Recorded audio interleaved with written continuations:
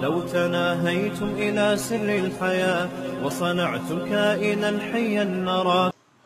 مجھ سے کوئی غلطی اگر ہوگی تو میں کس سے معافی مانگوں گا؟ اللہ کی نافرمانی پہ معافی کس سے مانگی جاتی ہے؟ اللہ سے. تو اطاعت کس سے کی جاتی، کس کی جاتی ہے؟ اللہ کی. تو جس کا ایک خدا ہو وہ کیا ہے؟ اس کو پتہ ہے غلطی میں کیا کرنا ہے اور عبادت میں کیا کرنا ہے. مسائل حل کون کرے گا؟ اس کی طبیعت میں کیا ہو گیا میرے بھائی؟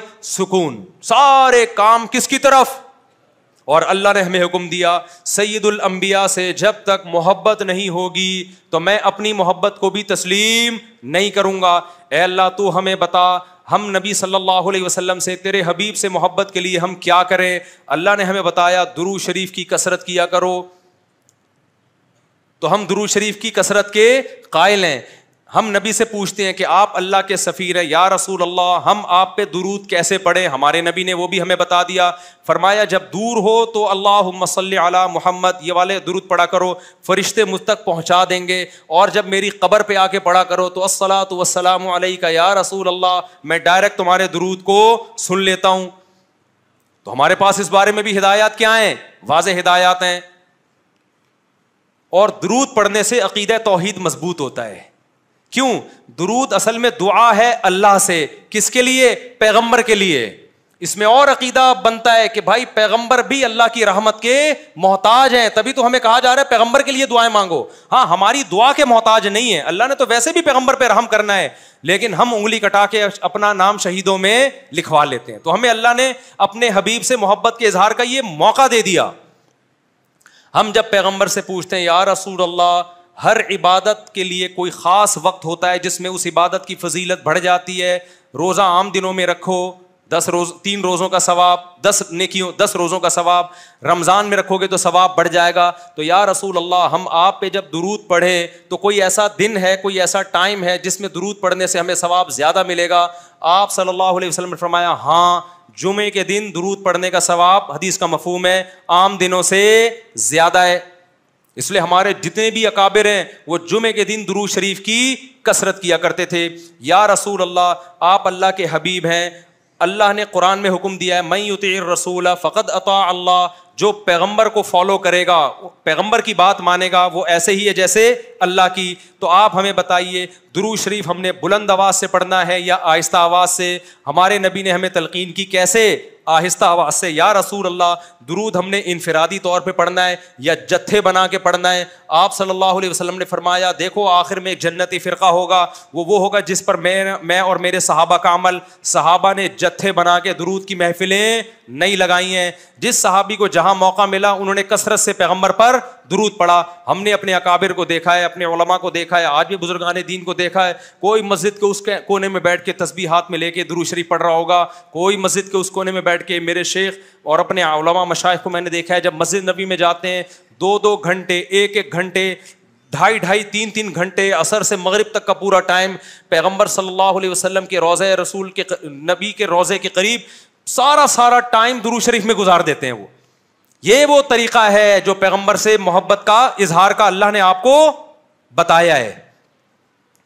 اے اللہ ہم اور کس طرح سے آپ سے محبت کا اظہار کر سکتے ہیں؟ اللہ نے فرمایا کہ جو پیغمبر سے محبت کرنا چاہتا ہے اسے پیغمبر کے اخلاق اور عادات اپنی زندگی میں لانے پڑیں گے. ہمارے پیغمبر صلی اللہ علیہ وسلم جب رات کو تہجد کے لیے اٹھتے تھے تو اس کا خیال کیا کرتے تھے کسی کی آنکھ نہ کھلے. جب رات کے وقت آپ گھر میں تشریف لاتے اتنا آہستہ آواز سے سلام کرتے کہ جو جاگ رہا ہے وہ جواب دے دے، جو سو رہا ہے اس کی آنکھ نہ کھلے. لیکن ہم پیغمبر سے محبت کا اظہار کیسے کرتے ہیں؟ موبائلوں کے سگنل کیا ہو گئے؟ بند. یہ محبت کا اظہار کا کیا ہے؟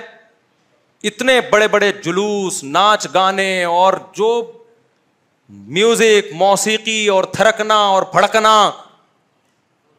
اور روڈ بلاک کر دینا، سیکیورٹی کے مسائل کا کھڑا ہو جانا گورنمنٹ کے لیے، اور کس قدر لوگوں کو تکلیف اور اذیت پہنچنا. تو یہ پیغمبر صلی اللہ علیہ وسلم کی سیرت بولو نہیں ہے. یا رسول اللہ ہم آپ سے محبت کے اظہار کے لیے کون سا حلوہ پکا سکتے ہیں؟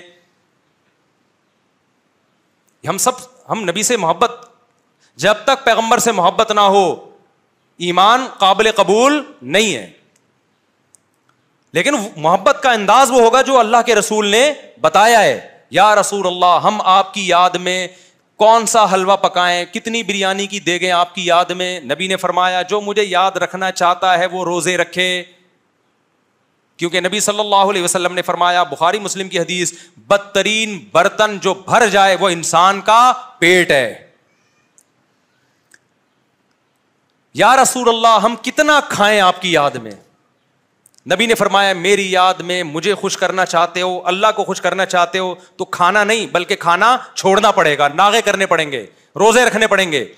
آپ نے فرمایا بہترین روزہ داؤد علیہ السلام کا روزہ ہے, ایک دن روزہ ایک دن ناغا, ایک دن روزہ ایک دن ناغا.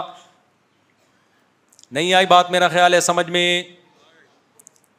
پیٹ بھرنے سے منع کیا, موٹاپے سے منع کیا.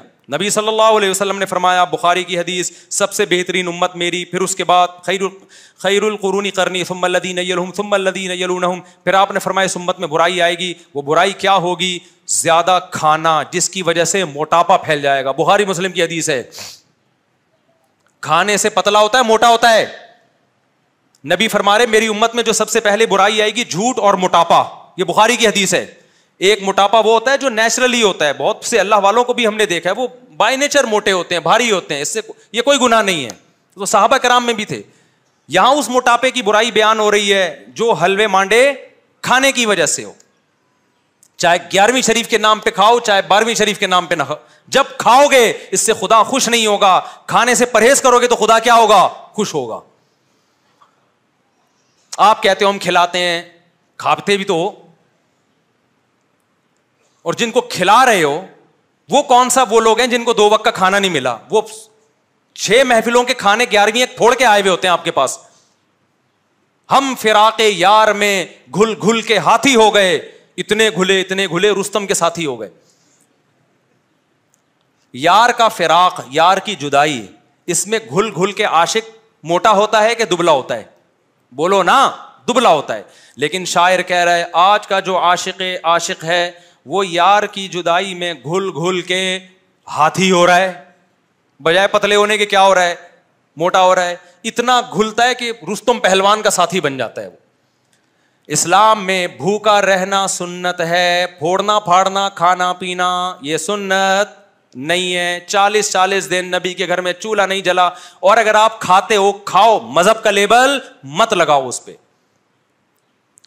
کھانے پر پابندی نہیں ہے, مذہب کا لیبل تو مت لگاؤ نا کہ یہ بہت ثواب کا. میں بھی جاتا ہوں, نہاری کھاتا ہوں الحمدللہ, پھوڑتا ہوں, لیکن یہ نہیں کہتا سنت پہ عمل کر رہا ہوں میں, یہ نہیں کہتا میں. بھائی دل چاہ رہا تھا کھا لیا ہم نے, متزل لا لیا, جو سامنے آیا کھا لیا. سنت کا لیبل نہیں. سنت جب ہے جب روزہ رکھوں گا, جس دن نہیں کھاؤں گا یار آج فاقہ کرو, پھر بتاؤں گا ولاگ بناؤں گا, دیکھو آج میں فاقے سے ہوں, سنت ہے یہ.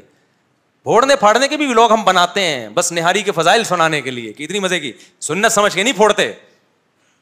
آپ آج ہماری سوسائٹی کھانے کو مذہب سمجھنا شروع کر دیا ہے.